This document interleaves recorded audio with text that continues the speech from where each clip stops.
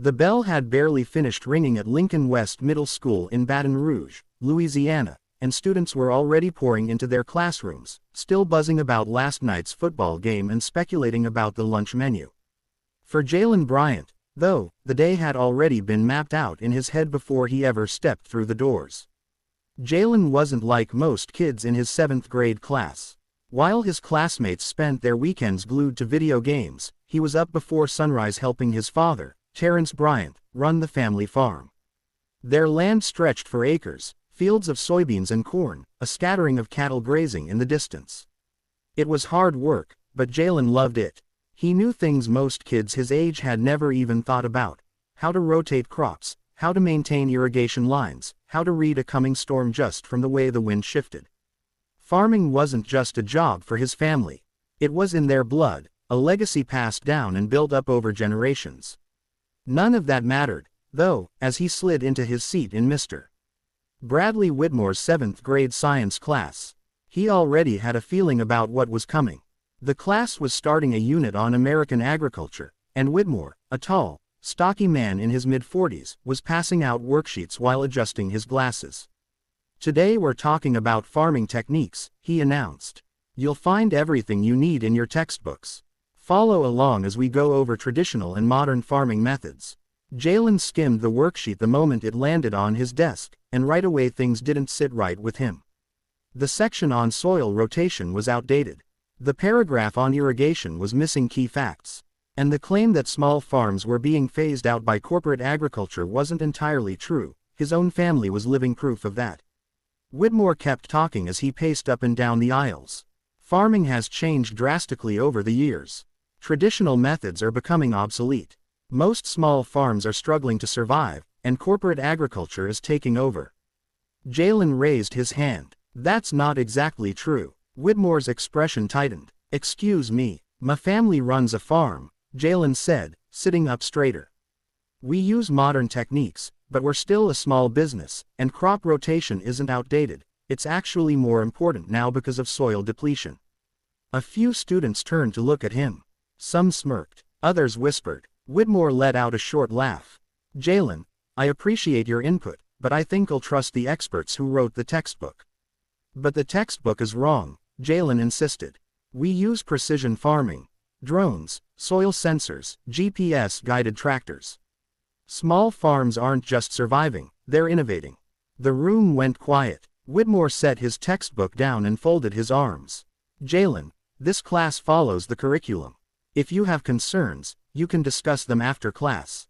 Jalen clenched his jaw. "So you're just going to keep teaching us the wrong information?" A few kids chuckled under their breath, and Whitmore's face darkened. "That's enough. Take your worksheet and complete the assignment." Jalen didn't back down. "So we're just supposed to copy wrong answers?" The tension in the room thickened. Whitmore's voice dropped, cold and sharp. "You're being disruptive. If you can't respect this class, you can leave." Jalen stared at him, heart pounding. "I'm just telling the truth." "Office. Now," Whitmore snapped, pointing at the door. A few gasps rippled through the classroom. Jalen's hands curled into fists as he grabbed his backpack and stood, the stares burning into his back as he walked out, his chest tight with frustration. He had no idea this was only the beginning. He walked down the hall, sneakers squeaking against the polished tile, the air thick with a mix of anger and disbelief. He wasn't a troublemaker. He wasn't loud or disrespectful. He'd simply refused to let someone tell him that his reality, the very thing his family had built with their own hands, wasn't real. When he reached the office, the secretary, Mrs. Dunbar, barely glanced up from her keyboard. "Mr. Whitmore already called," she said, pointing at a chair near the principal's door. "Have a seat." Jalen slumped into the chair, his knee bouncing. A few minutes later the door creaked open and Principal Harold Easton, a gray-haired man with deep lines etched into his face, gestured for him to step inside. The office smelled like old books and lemon-scented cleaner. Easton leaned back in his chair, rubbing his temples. "Jalen," he started, his voice tired, "what's going on?" "I corrected Mr. Whitmore on something in class," Jalen said. "He said I was being disruptive." "Did you raise your voice?" "No." "Did you argue after he told you to stop?" "I just told him the textbook was wrong," Jalen said firmly, because it is. My family farms, and we. Easton held up a hand. Look, I'm not saying you're wrong, but in a classroom setting you have to respect the teacher's authority. Jalen's jaw tightened. Even if he's wrong. Easton hesitated. There's a time and place for discussions like that, he finally said. Maybe you could have asked him after class. Jalen shook his head. He wasn't going to listen. He laughed at me. Easton sighed, heavier this time. Jalen, I have no reason to believe Mr. Whitmore was trying to disrespect you, but he felt you were disrupting the class. That's the issue here. Jalen's fingers dug into his jeans. So I'm supposed to just sit there and let him teach things that aren't true. Before the principal could respond, the door opened and Whitmore stepped in, his arms crossed over his chest. I see we're still debating this, he muttered. Easton looked between them. Mr. Whitmore, I'd like to find a way to resolve this without taking disciplinary action. Jalen says he wasn't being disrespectful, just correcting misinformation. Whitmore's face darkened. This isn't about whether he's right or wrong. It's about following rules. I gave him an instruction, and he ignored it. Jalen swallowed his anger. You didn't answer my question. You just wanted me to shut up. Whitmore's lip twitched. Watch your tone, young man. Easton leaned forward, rubbing his chin. Mr. Whitmore, is this worth suspension? Jalen's heart pounded. Suspension? For what? Whitmore hesitated, then said, I think a firm consequence is needed. Easton let out a long breath before nodding. Jalen, I'm going to have to send you home for the rest of the day. We'll discuss further action tomorrow. Jalen's stomach dropped. That's not fair. It's not about fair, Jalen. It's about structure. Jalen stood, his chair scraping against the floor, fists clenched at his sides, but he knew arguing wouldn't change anything. Mrs. Dunbar called his mother, and within 20 minutes Tasha Bryant arrived, her face unreadable as she walked into the office. Jalen knew that look. It wasn't anger. It was something worse, disappointment. Easton explained the situation, and by the time they walked out, his mother's silence weighed heavier than words. The car ride home was tense. You want to explain to me why I had to leave work for this?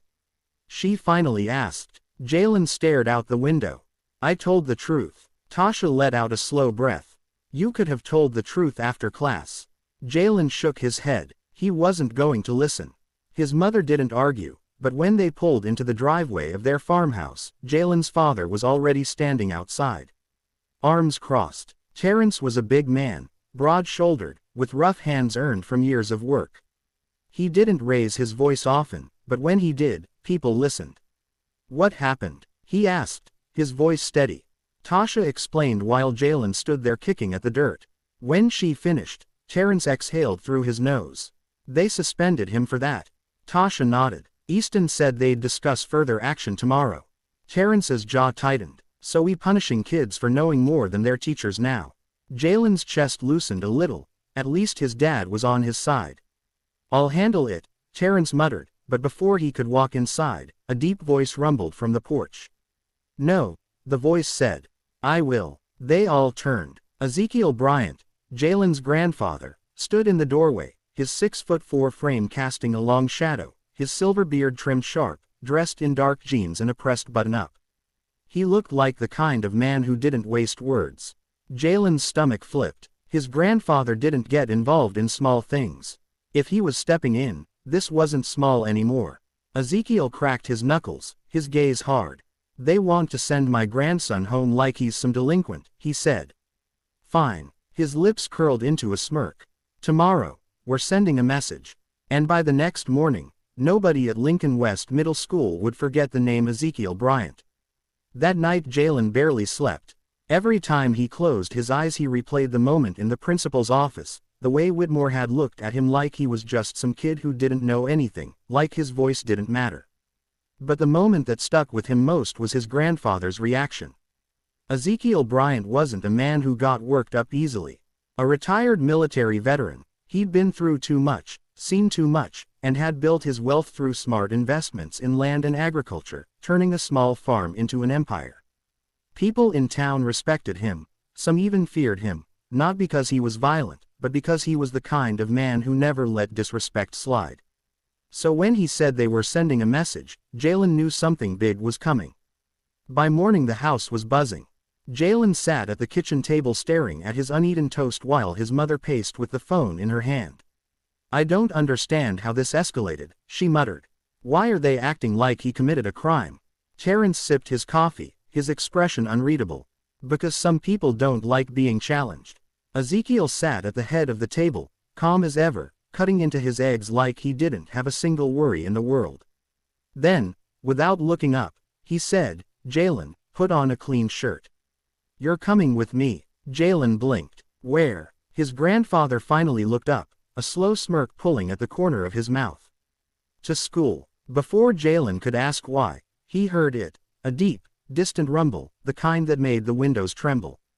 His father set down his mug. "Now, Zeke." Ezekiel pushed back his chair and stood. "I told you, I'm handling it." Jalen ran to the front door and threw it open just in time to see it, a sleek black helicopter cutting through the sky. His breath caught as the aircraft descended, kicking up dust as it hovered over the family's field, the blades whipping through the air, sending leaves flying and stirring the horses in the distance. Jalen turned to his grandfather, eyes wide. "We taking that?" Ezekiel stepped onto the porch, adjusting his cufflinks. "I told you, boy. We're sending a message." His mother shook her head, pinching the bridge of her nose. "Daddy, is this really necessary?" Ezekiel turned to her, his voice steady. "You want your son to learn to keep his mouth shut when he knows he's right." She hesitated. Ezekiel nodded. "Didn't think so." With that, he walked toward the helicopter like it was just another ordinary morning, the pilot already waiting with the door open. Jalen didn't hesitate. He followed his grandfather, climbing inside. The moment he buckled in, the engine roared and the ground disappeared beneath them. His stomach flipped, but he barely noticed, because today they weren't just showing up to school, they were making an entrance, and everyone was about to pay attention. At Lincoln West Middle School, Principal Easton was already having a bad morning. He'd barely sat down with his coffee when his secretary rushed in, her face pale. "Sir," she stammered, "there's a helicopter landing on the football field." Easton blinked. "Excuse me." Before she could repeat herself, a deep, rhythmic vibration filled the air. The books on his shelf trembled. The windows rattled. He shot up from his chair and rushed to the window, and what he saw made his breath hitch. Right in the middle of the football field, a black helicopter was touching down, kicking up dirt and grass, and stepping out, moving like he owned the place, was Ezekiel Bryant. The helicopter's blades slowed, but the impact was already made. Students flooded the hallways, pressing against the windows, mouths hanging open, some pulling out their phones to record as the towering figure of Ezekiel Bryant crossed the field, his polished boots crunching against the grass, Jalen following behind, gripping his backpack, trying to process what was happening. From inside the building, teachers peeked through their blinds, whispering. Some students gasped, others laughed in disbelief. One kid muttered, "Yo, is that your grandpa?" Jalen barely nodded. Security guards rushed toward the field, but Ezekiel didn't even slow his stride. Principal Easton stormed outside, his face red, his tie slightly loosened, looking like a man already regretting his morning. "Mr. Bryant, what is the meaning of this?" he demanded over the dying roar of the helicopter. Ezekiel adjusted his sleeves, speaking with the same unshaken calm he always carried. "The meaning," he echoed, "is my grandson was kicked out of this school for knowing more than the man teaching him, and that doesn't sit right with me." Easton ran a hand down his face, clearly thrown off. "Look, I understand you're upset. Son, I don't get upset," Ezekiel chuckled. "I get answers." Jalen watched, stunned, as his grandfather walked straight past Easton toward the main entrance like he belonged there. The security guards looked to the principal for instruction, but Easton hesitated. There was something about Ezekiel that made people second-guess themselves. Power, authority, a man who didn't have to raise his voice to be heard. "Mr. Bryant," Easton called after him, jogging to catch up, "you can't just walk in here unannounced." Ezekiel stopped just before the doors and turned, his gaze sharp. "Unannounced? Your school had no problem throwing my grandson out without a fair discussion, so consider this my way of announcing that I'd like one." Jalen bit the inside of his cheek. His grandfather didn't yell, he didn't need to. Every word landed heavier because of it. Easton exhaled through his nose. Fine, we can talk, but this, he gestured toward the helicopter, is unnecessary.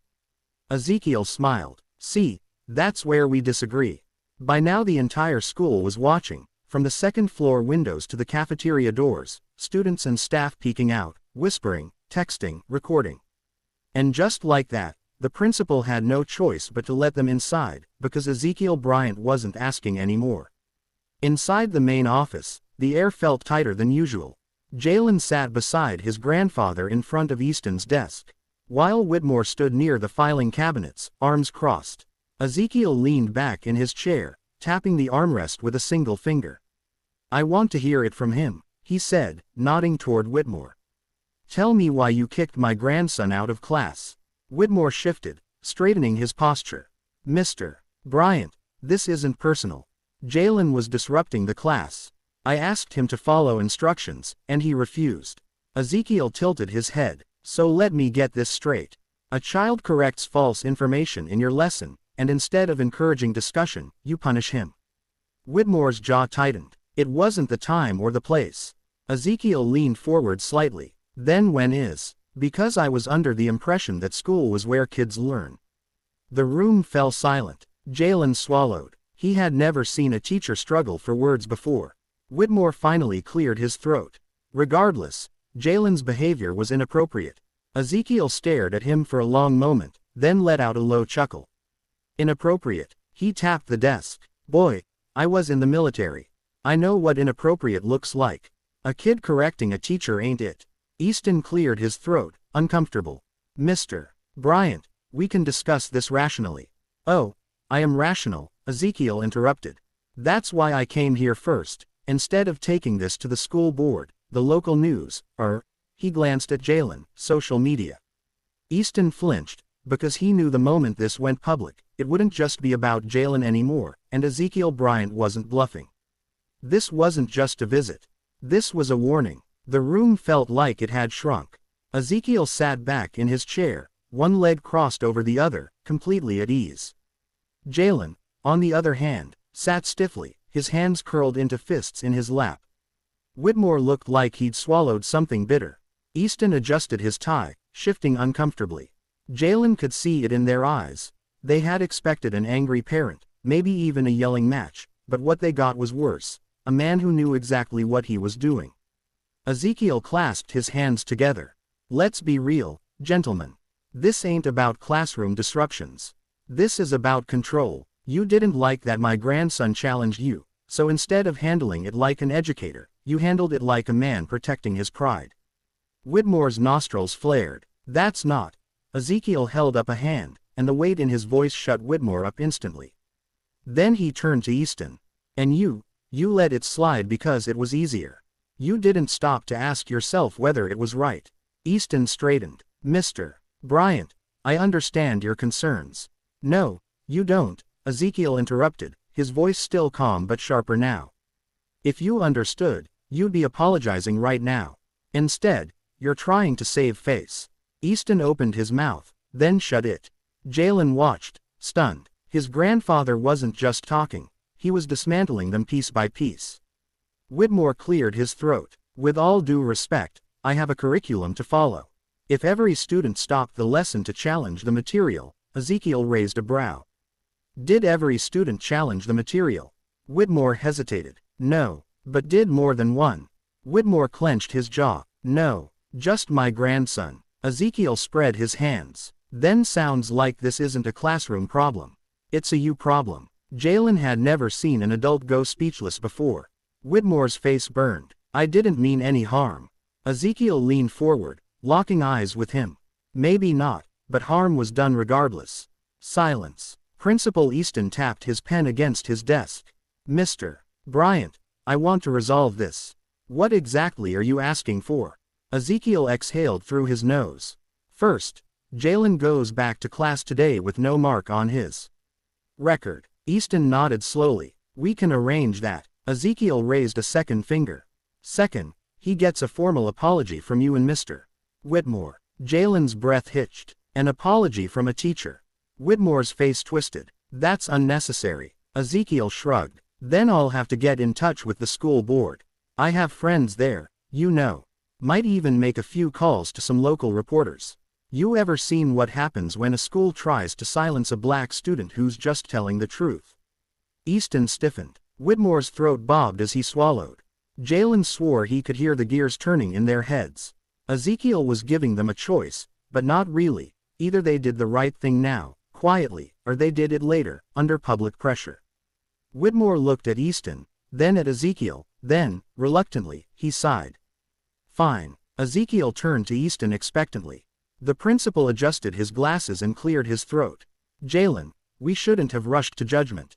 I apologize. Jalen sat frozen, not sure if he was in shock or just waiting for someone to tell him he was dreaming. Then, slowly, Whitmore exhaled, his hands clenched like it was physically painful for him to do what he was about to do. Jalen, he said through gritted teeth, I'm sorry. Jalen didn't say anything, not because he couldn't, but because for the first time, he didn't have to. Ezekiel clapped his hands together. Good. Now that we've settled that, he stood, towering over the desk, I'll be keeping an eye on this school. If anything like this happens again, I won't be coming alone. Easton's brows pulled together. Is that a threat? Ezekiel grinned. Nah, it's a promise. Jalen grabbed his backpack as his grandfather turned to him. Come on, boy, let's get you back to class. And just like that, the meeting was over. As Jalen walked down the hallway, every pair of eyes was on him. Students whispered, some nodded in approval, others just stared. Jalen wasn't sure if they looked at him differently now, if they saw respect or just shock, but honestly he didn't care, because when he stepped into the classroom, Whitmore barely looked at him, and for the first time ever, Jalen took his seat knowing he had won. The classroom was silent as he slid in, feeling a weight lift off his chest. Some students eyed him cautiously, others grinned like they'd just watched the greatest showdown in history. A few kids gave him a nod. Not the kind you get for being cool, but the kind that says I saw what you did, and that took guts. Mr. Whitmore stood at the front, gripping his textbook a little tighter than usual. He didn't say anything, didn't acknowledge Jalen's return, but Jalen didn't need him to, because everyone in that room knew what had just happened. The lesson carried on, but something was different. Jalen wasn't just another student anymore. He was proof that sometimes standing your ground meant shaking the whole system. Later that afternoon, the helicopter lifted off once again. Jalen stood outside with his grandfather, watching as the blades cut through the sky. The school parking lot was still half full, but he knew that by tomorrow the whole town would be talking. Ezekiel adjusted his sleeves, glancing at his grandson. So, what did you learn today? Jalen thought about it. About how he'd been ready to fight with words, how he'd thought the only way to be heard was to argue louder, but his grandfather had shown him something different. Power wasn't just about being right. It was about knowing when to make people listen. That when people underestimate you, Jalen said, it's their mistake, not yours. Ezekiel chuckled. Smart boy. They stood in silence for a moment, the sun dipping lower in the sky, then Ezekiel clapped him on the shoulder. Next time, though, just tell me before you get yourself kicked out of school. Jalen laughed. No promises. And as the helicopter disappeared into the clouds, Jalen realized something. This wasn't just about him. It was about every kid who had ever been told to sit down and stay quiet, every kid who knew something the world didn't want to hear. And today, for all of them, he'd made sure they did. Never let anyone silence the truth, especially when you know it better than they do. Knowledge isn't just power, it's a weapon, and the smartest people know exactly when to use it.